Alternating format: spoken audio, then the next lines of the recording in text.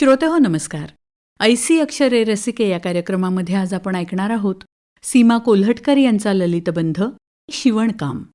आज आमच्या ग्रुपवर एक संदेश आला.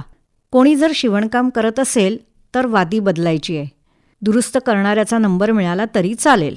हा संदेश लिहिणारी 80 वर्षाची आजी होती आणि हा संदेश वाचला आणि मी भूतकाळात गेले.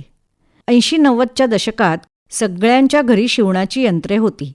प्रत्येकाची आई, आजी, मावशी, काकू मुलींचे झगे, शर्ट, ब्लाऊज, परकर पोलका, पंजाबी ड्रेस घरीच शिवत असत.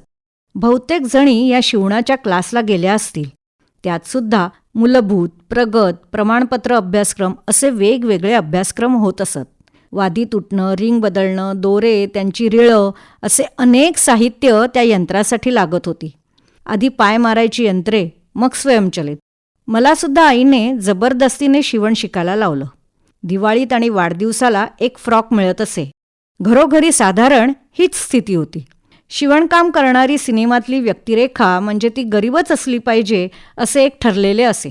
हल्लीच्या भाषेत नरेटिव्ह म्हणा ना. त्यातसुद्धा काही बायका मात्र वेगवेगळ्या प्रकारचे कपडे शिवत असत. माझी काकू मात्र त्यातली होती. तिला शिवणाची भारी आवड आणि विविध प्रकारच्या फॅशनचे कपडे ती शिवित असे. मला नेहमी ब्लॉक प्लेटवाले आणि घेरदार स्कर्ट आवडत असत आणि मी आईच्या पाठी लागून मला तेच शिवायला हवेत असे सांगत असे.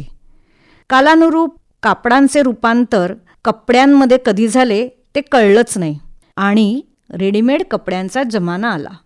काळ बदलला, लोकांच्या आवडीनिवडी बदलल्या. आता त्याच कौशल्याला म्हणजेच स्किलला फॅशन डिझाईन असे म्हणू लागलो.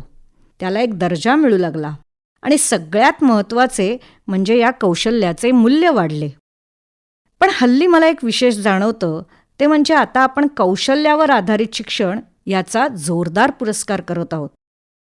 ज्या काळी ज्या मुली कर्वे स्त्री शिक्षण संस्थेत वाढल्या त्या सर्वजणी कोणत्या ना कोणत्या किंबहुना अनेक क्षेत्रात पारंगत होत्या. मग ते शिवणकाम असो, विणकाम असो, खेळ असो, भरतकाम असो, अशा अनेक गोष्टींचा उल्लेख करावा लागेल. एवढी दूरदृष्टी त्या काळी कर्वे स्त्री शिक्षण संस्थेला होती. आज आपण पुनश्च त्याच कौशल्यावर आधारित शिक्षणाकडे उपजीविकेचे साधन म्हणून बघत आहोत आणि याचा मला खूपच आनंद होतोय. म्हणजेच माणसाच्या बुद्धिमत्तेबरोबर श्रमाला प्रतिष्ठा देण्याचा विचार करत आहोत. मला माझ्या वडिलांनी त्या काळी इलेक्ट्रिशियनचा कोर्स शिकवला, टेलिफोन ऑपरेटरचा कोर्स शिकवला, टायपिंग शिकवलं, सायक्लोस्टायलिंग शिकवलं. शिवणापेक्षा मात्र शिवणाचं मशीन बिघडलं की स्क्रूड्रायव्हर घेऊन ते दुरुस्त करण्यामध्ये मला जास्त रस होता. मी शिवण किती शिकले आणि नंतर किती केले हा महत्त्वाचा मुद्दा नाहीच आहे.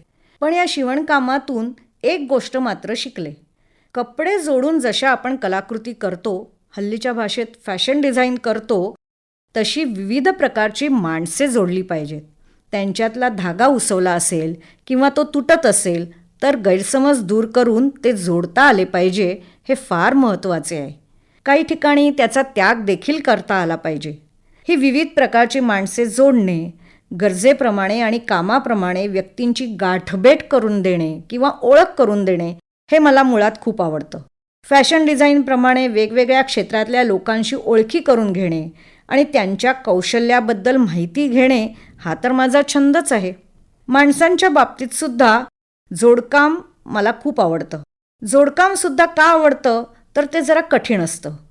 कारण एक कपडा जरी चांगला असला तरी समोरच्या कपड्यातील नेमकी चूक कळून ती उसवल्याशिवाय आपण जोडू शकत नाही आणि तेच माणसांच्या बाबतीतसुद्धा लागू होतं.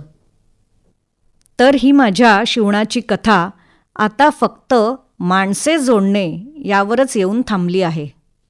शिवणकाम याविषयी सीमा कोल्हटकर यांचा ललितबंध आत्ताच आपण ऐकला.